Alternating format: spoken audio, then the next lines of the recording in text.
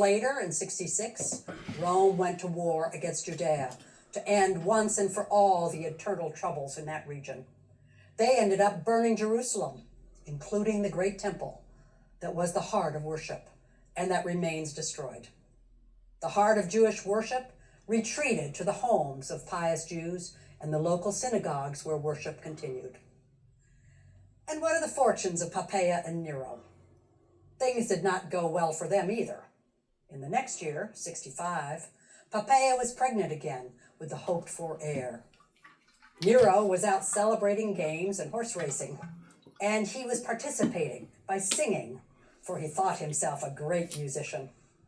According to one historian, he arrived home late after drinking a lot, and Poppaea reprimanded him for staying gone so long.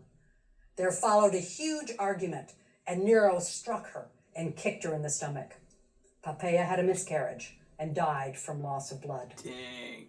Poppaea was dead, and Nero was inconsolable.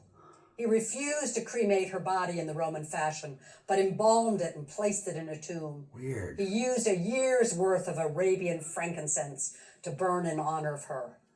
Even that wasn't enough for the increasingly mad emperor. A year later, he saw a freedman named Sporus who resembled Poppaea. Nero ordered him castrated, married him, and called him Poppaea. By 68, Nero had lost the support of much of the Senate and faced opponents claiming the throne. The 30-year-old emperor fled the city to a villa to prepare himself to commit suicide, robbing his opponents of the chance to kill him.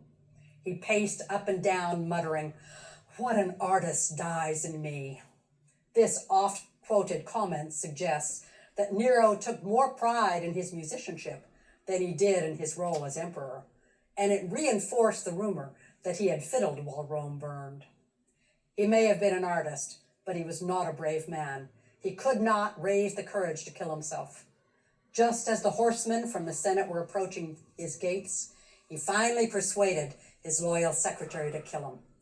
He died on June 9th, 68, the anniversary of the death of his wife, Octavia. There were many in Rome who found some poetic justice in his death on this date.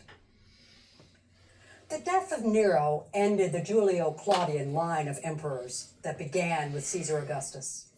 Without the legitimacy of the bloodline, Rome descended into civil war as competing emperors vied for the office.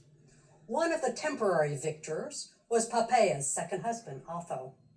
In his 3-month reign, he restored the statues of Poppaea that had been destroyed during the riots after the murder of Octavia.